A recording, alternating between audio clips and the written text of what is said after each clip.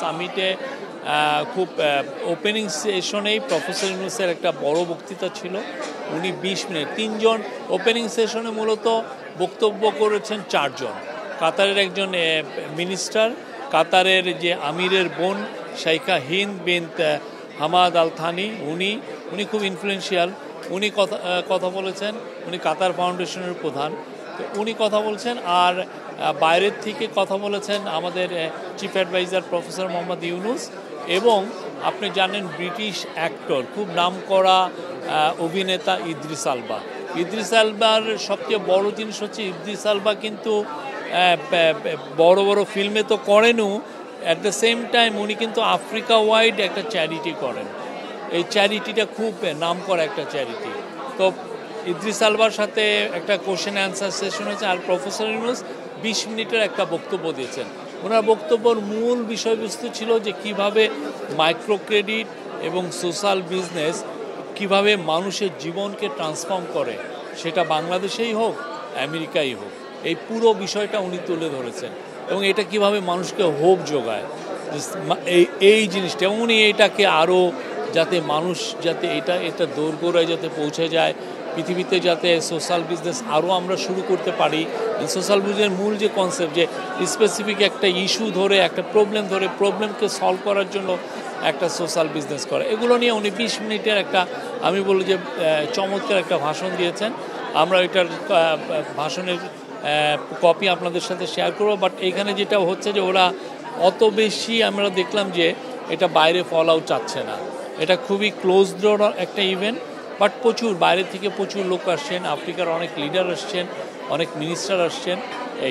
আর এখন উনি just opening ceremony শেষে উনি এখন ওনার সাথে উনি কল অন করছেন হচ্ছে কাতারের যে কুইন, হ্যাঁ, কুইনের কাতারের যে কিং শেখ তামিম আল হামাদ আল থানি, তার মা শেখ মৌজা, আপনি জানেন শাইখা মৌজার সাথে, এবং শাইখা মৌজার মেয়ে শাইখা হিন্দ, যিনি এইটা আর্টনা সামিটের মূল উদ্যোক্তা, ইনাদের সাথে একটা মিটিং হচ্ছে। এই মিটিংটার বাংলাদেশ এবং কাতারের মধ্যে সম্পর্ক আরও সুদৃঢ় করার জন্য এই মিটিংটা খুবই বড় একটা ভূমিকা পালন করবে।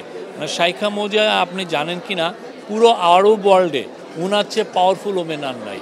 উনি খুবই পাওয়ারফুল ওমেন। উনি একক নেতৃত্বে এই কালচারে কাতারে বা পুরো আরব ওয়ার্ল্ডে যেই ধরনের কালচারাল এস্টাবলিশমেন্ট করেছেন, এটা অতুলনীয়। কাতারে যে দেখবেন যে ইসলামকে নিয়ে যে একটা বড় তারা মিউজিয়াম করেছে, তারপরে কাতারে আপনি দেখবেন যে বড় বড় আমেরিকান বড় বড় ইউনিভার্সিটির শাখাগুলো এসে কাতারে সেট আপ হয়েছে। এটার মূল উদ্যোক্তাদের মধ্যে হচ্ছেন শাইখা মৌজা। খুবই এনলাইটেন একজন মানুষ। পুরো আরব ওয়ার্ল্ড তাকে রিভিয়ার করে, খুব তাকে সম্মান করেন। তো আজকের এই মিটিংটা আমরা মনে করছি যে কাতার আর বাংলাদেশের মধ্যে যে দ্বিপাক্ষিক যে ইস্যুগুলো আছে, যেগুলো নিয়ে আমরা বলছি, সেটা নিয়ে আমরা অনেক আরও এটা উত্তরোত্তর আরও সামনের দিকে আরও আমাদের বৃদ্ধি পাবে, এবং এটা আমি মনে করব যে আমাদের সুদৃঢ় হবে আমাদের ইয়েটা। এই মিটিংটা খুব ইম্পর্টেন্ট ছিল। আরেকটা সুখবর আপনাদেরকে দেই, সেটা হচ্ছে যে আপনারা জানেন বাংলাদেশের সোলজাররা কুয়েতে কিন্তু অনেক বছর ধরে তারা এসে ডিউটি করছেন, সেই গালফ ওয়ারের সময় থেকে। কাতার আমাদেরকে জানিয়েছে তারা বাংলাদেশের থেকে 725 জন সোলজার নেবে। এটা পার্মানেন্টলি প্রতি 3 বছর পর এই যে এরা একটা ব্যাচ আসবে 3 বছর, তারপরে আবার এবং আমরা চাচ্ছি যে এই নাম্বারটা যাতে আরও বেড়ে 1600 বা আরও বেশি করা যায়। এবং এটা আমাদেরকে জানিয়েছে আমাদের যে মিলিটারি সেক্রেটারি, উনি বললেন, মিলিটারি সেক্রেটারি SSF-এর যিনি প্রধান এখানে, এনারা দুইজন আমাকে সকালে জানলেন। এটা আমাদের জন্য খুবই, কেননা এইখানে যে স্যালারিটা একজন সোলজারের স্টার্টিং স্যালারি 2.5-3 লাখের মতো। এটা 2 মাসের মধ্যে আমরা পাঠাতে পারবো, আমরা আশা করছি। এবং সামনে আমরা আরও তো অনেকগুলো ইস্যু আছে। কাতারে আমরা আরও বেশি শ্রমিক পাঠাতে চাই। কাতারের সাথে আমাদের আজকে আরেকটা বড় মিটিং হচ্ছে, কাতারের এনার্জি মিনিস্টারের সাথে আমাদের একটা বড় মিটিং হবে। সেখানে চিফ অ্যাডভাইজার নেতৃত্ব দিবেন। সেখানে আমাদের যে energy adviser doctor Fouzul Kabir Khan উনি থাকবেন, আমাদের এনার্জি সেক্রেটারি আছেন। কাতার হচ্ছে পৃথিবীতে এলএনজির জন্য নাম্বার 1 কান্ট্রি।